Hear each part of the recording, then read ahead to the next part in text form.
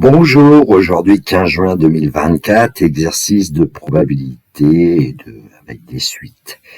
Vous trouverez l'énoncé corrigé en format PDF en lien dans le descriptif de la vidéo, un lien vers le site de la PMEP pour y trouver des sujets de bac et des corrigés, un lien vers mon blog où vous pouvez trouver divers documents et notamment tous les énoncés corrigés des sujets de bac 2021, 2022, 2023. J'avais hésité à faire cette vidéo sur cet exercice qui était tombé au bac S en métropole juin 2017 et puis récemment il y avait un sujet de bac sur le Covid et donc voilà, j'ai voulu faire cette vidéo. J'ai beaucoup remanié la partie B. L'énoncé: on étudie un modèle de propagation d'un virus dans une population semaine après semaine.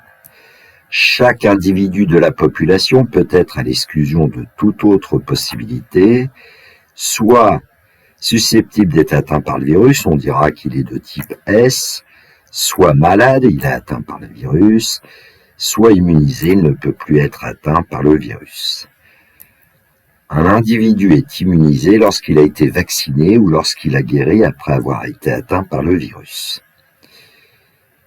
Pour tout entier n supérieur ou égal à 0, le modèle de propagation du virus est défini par les règles suivantes. Parmi les individus de type S en semaine n, on observe qu'en semaine n plus 1, 85% restent de type S, 5% deviennent malades et 10% deviennent immunisés. Parmi les individus malades en semaine n, on observe qu'en semaine n plus 1, 65% restent malades, 35% sont guéris et deviennent immunisés. Tout individu immunisé en semaine n reste immunisé en semaine n plus 1. On choisit au hasard un individu dans la population et on considère les événements suivants. Sn, l'individu est de type S en semaine n. Mn, l'individu est malade en semaine n. In, l'individu est immunisé en semaine n.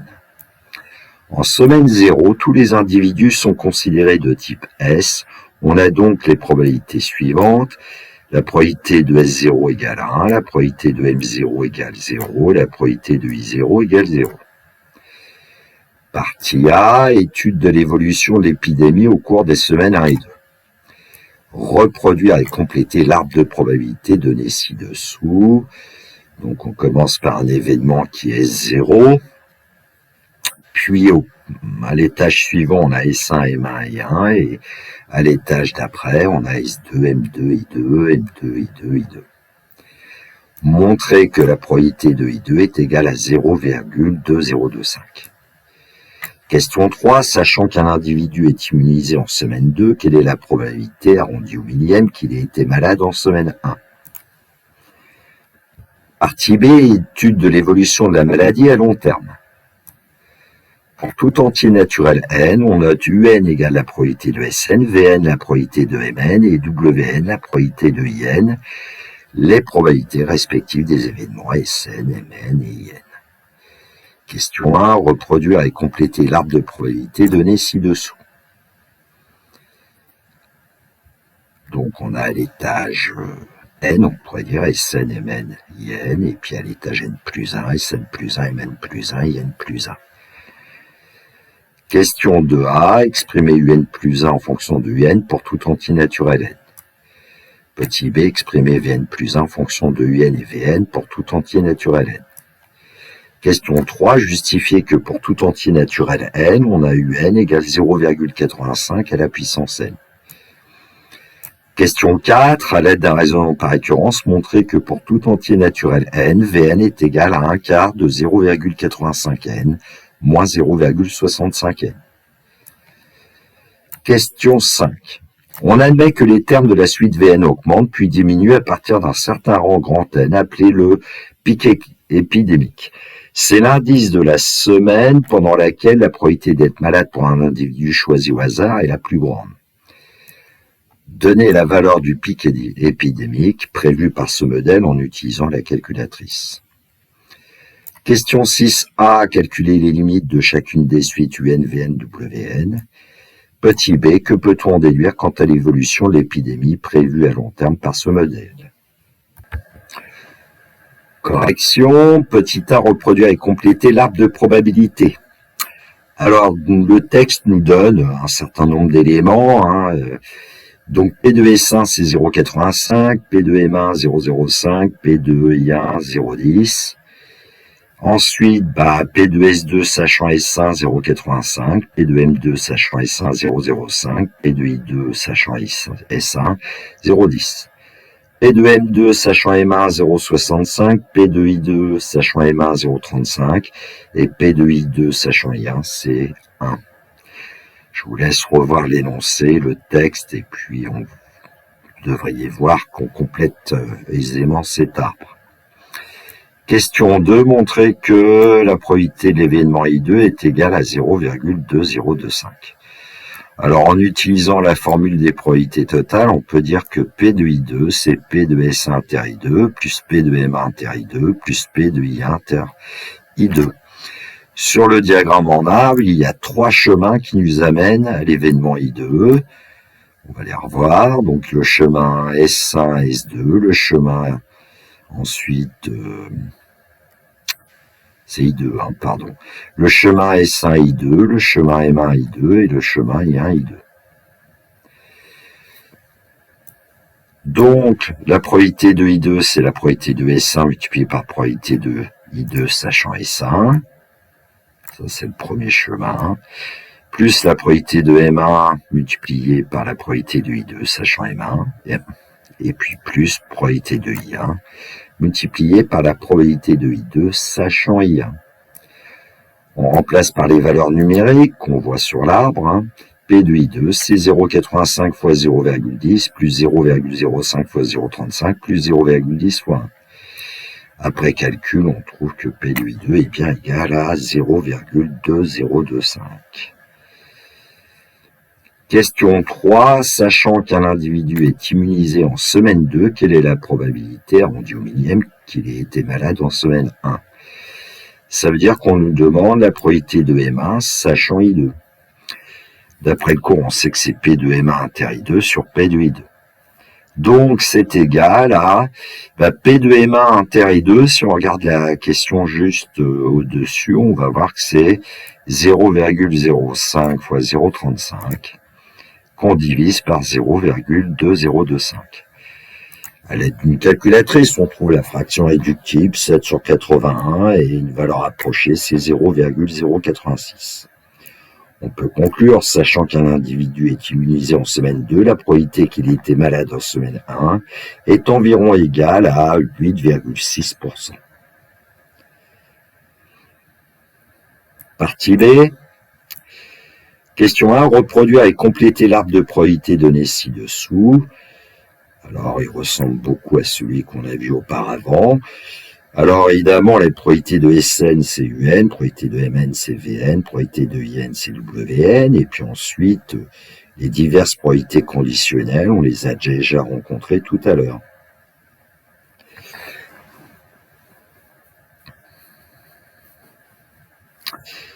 Question 2a. Exprimer Un plus 1 en fonction de Un pour tout entier naturel n. Eh bien, on veut calculer Un plus 1, qui est la probabilité de Sn plus 1.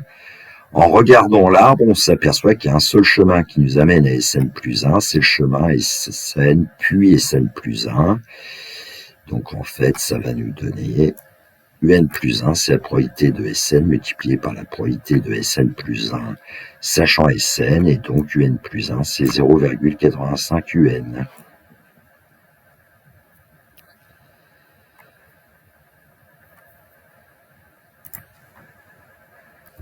Question 2b, exprimer Vn plus 1 en fonction de n et Vn pour tout entier naturel n. Alors Vn plus 1, c'est la probabilité de Mn plus 1, et sur le diagramme en arbre, on voit qu'il y a deux chemins qui nous amènent à Mn plus 1. Il y a le chemin Sn puis Mn plus 1, et le chemin Mn puis Mn plus 1. Donc on peut dire que Vn plus 1, c'est la probabilité de Sn inter Mn plus 1, plus la probabilité de Mn inter Mn plus 1. Donc Vn plus 1, c'est probabilité de Sn, multiplié par probabilité de Mn plus 1, sachant Sn, plus la probabilité de Mn, multiplié par la probabilité de Mn plus 1, sachant Mn. Cela nous donne donc Vn plus 1 égale 0,05 Un. Alors Un, c'est P de Sn, et 0,05, c'est celui qui était là, P de Mn plus 1, sachant Sn. Alors j'ai rangé dans un autre ordre pour mettre les valeurs numériques en premier, les valeurs littérales en second. Et puis pour P de Mn multiplié par P de Mn plus 1, sachant Mn, P de Mn, c'est Vn, et probabilité de Mn plus 1, sachant Mn, c'est 0,65. Bon, finalement, le tien que Vn plus 1, c'est 0,05 Un plus 0,65 Vn. Question 3, justifier que pour tout entier naturel n, on a Un égale 0,85 à la puissance n. Alors, on avait vu que Un plus 1 était égal à 0,85 Un pour tout entier naturel n, donc on peut dire que la suite Un est géométrique de raison 0,85. Donc, pour tout entier naturel n, Un, c'est U0 multiplié par 0,85 n. Alors, U0, c'est P de S0, et on nous disait que c'était 1 dans l'énoncé, donc on obtient que Un est égal à 0,85 n pour tout entier naturel n. Question 4, à l'aide d'un raisonnement par occurrence, montrer que pour tout entier naturel n, Vn est égal à 1/4 facteur de 0,85 n moins 0,65 n. Alors j'ai le souvenir d'avoir donné cet exercice sous la forme originale à mes élèves. Cette question y était. Ça leur avait posé un certain nombre de soucis. Alors j'espère que je vais être clair. Bon, l'étape 1, initialisation, vérifions que V0 égale 1/4 facteur de 0,85 puissance 0 moins 0,65 puissance 0. En général, cette étape-là, ça va à peu près. V0, c'est la probabilité de M0, ça vaut 0, d'après l'énoncé. Et puis le deuxième membre, 1/4 de 0,85 à puissance 0 moins 0,65 puissance 0, c'est 1/4 de 1 moins 1, c'est 1/4 de 0, ça fait 0. Donc, on peut donc affirmer que V0 est bien égal à 1/4 de 0,85 puissance 0 moins 0,65 puissance 0. C'est l'étape 2, l'hérédité, qui est un peu plus délicate.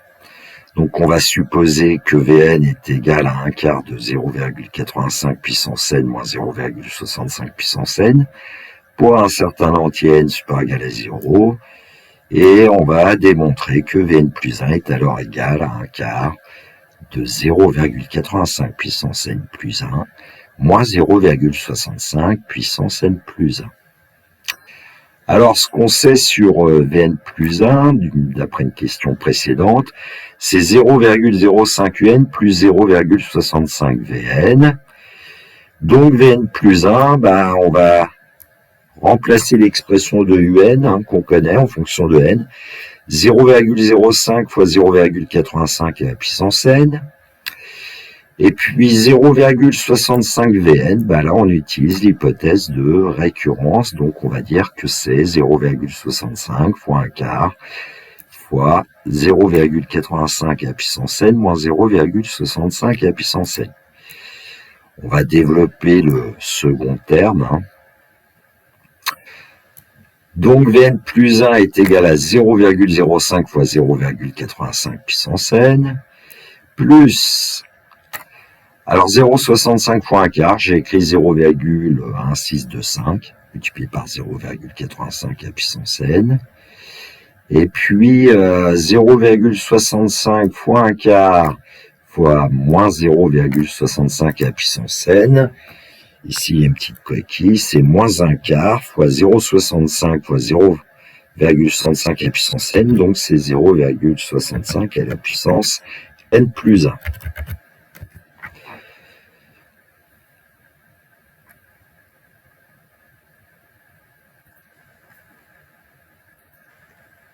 coquille encore à la ligne suivante.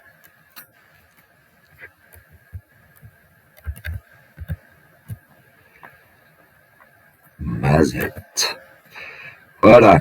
Alors, donc Vn plus 1, c'est 0,2125 fois 0,85 à la puissance n, moins un quart de 0,65 à la puissance n plus 1.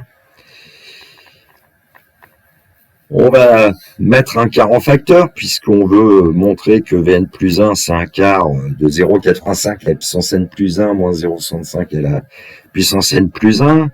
Alors, en mettant un quart en facteur, en fait, il suffit de multiplier 0,2125 par 4 et on va trouver 0,85. Donc, on a 0,85 fois 0,85 à la puissance n. Alors ici, j'ai réécrit ça, mais c'était inutile puisque nous avions trouvé déjà que c'était 0,65 à la puissance n plus 1. Et puis 0,85 fois 0,85 puissance n, c'est 0,85 à la puissance n plus 1. Ensuite, on peut conclure par une dernière étape en disant qu'on a montré par récurrence que pour toute entier naturel n, Vn égale 1 quart, facteur de 0,85 puissance n moins 0,65 puissance n. J'avais plus la place. Question 5. On admet que les termes de la suite Vn augmentent puis diminuent à partir d'un certain rang grand N appelé le pic épidémique. C'est l'indice de la semaine pendant laquelle la probabilité d'être malade pour un individu choisi au hasard est la plus grande. Donnez la valeur du pic épidémique prévu par ce modèle en utilisant la calculatrice. Donc, on sait que pour tout entier naturel n, maintenant Vn est égal à 1 quart de 0,85 puissance n moins 0,65 puissance n. Donc, on peut exploiter une calculatrice et notamment réaliser un tableau de valeurs. Alors ici, j'ai utilisé une calculatrice TI. Vous voyez que la formule en bas, c'est celle de Vn. Hein. Et puis, on a un certain nombre de valeurs, les premières valeurs de Vn. Et puis, on s'aperçoit que, ici, V3 est plus petit que V4, mais V4 est plus grand que V5. Alors, on peut aussi créer un nuage de points. Alors, il y a un point qu'on voit moins bien, c'est le point de coordonnées 0, 0, hein, 0, V0, 1, V1, 2, V2, 3, V3, 4, V4. Alors là, c'est celui-là qui est... ce point qui est le sommet du nuage de points qui est tracé ici jusqu'à la valeur 10, je pense. Mais bon. Bon. Et donc, la valeur du pic épidémique prévue par ce modèle, c'est grand N égale 4. C'est la 4e semaine qui aura Vn qui sera maximale. Un petit complément, j'ai utilisé le logiciel GeoGebra pour avoir un nuage de points pour les 3 suites. Alors le point, vous voyez, UN a pour abscisse n et ordonnée UN. Vn a pour abscisse n et pour ordonnée Vn. Et Wn a pour abscisse n et pour ordonnée Wn. Ici, vous avez les valeurs pour n égale 20. Une petite cerise sur le gâteau, je vais rafraîchir l'affichage. C'est pour que vous voyez la construction point par point, des nuages de points, UN, Vn, Wn. Il y a un petit souci.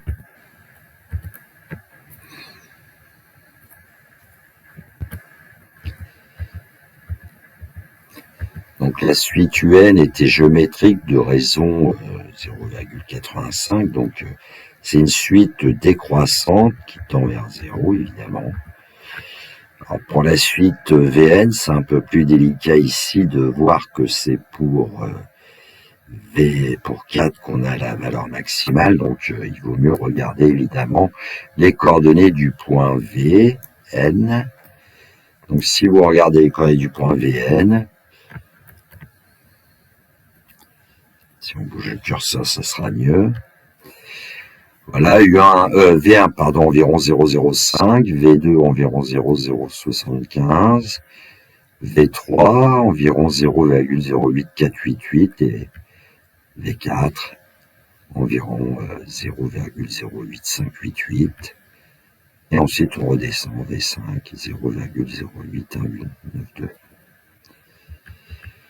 En ce qui concerne la suite Vn, elle est décroissante à partir du rang 4 et elle a l'air de tendre vers 0, on va le démontrer tout à l'heure. Et concernant la suite Wn, on a le sentiment que la suite Wn est croissante et qu'elle tend vers sans doute 1. Utilisation d'une calculatrice, c'est une TI, mais je pense que vous devez, même si vous avez une Casio ou peut-être une New York, vous devriez pouvoir comprendre ce que je vais faire là. Alors, tout à l'heure, je vous ai fait voir un tableau avec petit n et Vn. Ici, ce que je vais plutôt utiliser, c'est une fonction. Donc, tout en haut à gauche pour ceux qui auraient une TI, si vous voulez manipuler. Alors, je vais pas la réécrire parce que je l'ai écrite tout à l'heure. 0,85. Alors là, attention, la variable c'est x. Moins 0,65, la variable c'est x, divisé par 4. Alors, sur une calculatrice TI, pour avoir un tableau de valeur, on va dans Def Tab, qui est au-dessus de fenêtre, tout en haut, Second Def Table. Ici, le début 0, c'est bon. Et puis, le pas, c'est 1, en automatique. Et on va dans la table, tout au-dessus de graphe. Et on retrouve ici les valeurs que nous venons de voir pour Vn. Et donc, c'est pour 4 qu'on obtient la valeur la plus grande. Alors, je vais essayer de faire un graphe. Je ne vais pas regarder la fenêtre. Voilà, en fait, il y a quand même une fonction qui est derrière, mais ces fonctions sont plus au programme de terminal. Fonctions du type a puissance x, qui en fait sont des fonctions exponentielles. Donc ici, on voit quand même qu'il y a un sommet pour la courbe et en fait, il est atteint en 4. Alors, on pourrait aussi essayer de le voir. Question 6a, calculer les limites de chacune des suites UN, Vn, Wn. Alors pour UN, on sait que UN c'est 0,85 à la puissance n, c'est une suite géométrique de raison 0,85. Comme 0,85 est strictement compris entre moins 1 et 1, la limite de 0,85 n, c'est 0 quand n tend vers plus l'infini, donc la limite de UN est 0. Pour Vn, qui est égal à 1/4 de 0,85 puissance n moins 0,65 puissance n. Bon, on connaît déjà la limite de 0,85 puissance n, on va chercher la limite de 0,65 à puissance n, qui va aussi être 0, et donc on va obtenir pour Vn comme limite 0. La démarche ressemble à celle de tout à l'heure, 0,65 est strictement compris entre moins 1 et 1, donc limite de 0,65 à puissance n, c'est 0 quand n tend vers plus l'infini. Comme les deux suites géométriques 0,85 puissance n et 0,65 puissance n ont pour limite 0, leur différence a pour limite 0, et donc la suite Vn a pour limite 0. Pour Wn, alors on pourrait essayer d'exprimer Wn en fonction de n, mais ici, il est préférable de trouver une relation entre UN, Vn et Wn, puisqu'on connaît déjà les limites de UN et Vn. Alors, les événements Sn, Mn et In forment une partition de l'ensemble des résultats possibles. Donc, la probabilité de Sn plus probabilité de Mn plus probabilité de Un est égale à 1. Donc, Un plus Vn plus Wn égale à 1. Et donc, Wn, c'est 1 moins Un moins Vn. Et comme UN et Vn tendent vers 0, Wn va tendre vers 1. Question 6b, que peut-on déduire quant à l'évolution d'épidémies prévues à long terme par ce modèle? Les suites UN et Vn tendent vers 0, la suite Wn tend vers 1, et puis WN, c'est la probabilité de IN, ça veut dire qu'à long terme, on peut considérer que presque toute la population sera immunisée contre ce virus. Plutôt une bonne nouvelle. Voilà, la correction de cet exercice est terminée. Bon, il y a eu quelques petits soucis à certains endroits, j'en suis désolé, je vais pas la recommencer cette vidéo. Je vous souhaite une belle journée, prenez bien soin de vous, que la force soit avec les élèves de terminale qui vont passer leurs épreuves de bac la semaine prochaine. Au revoir.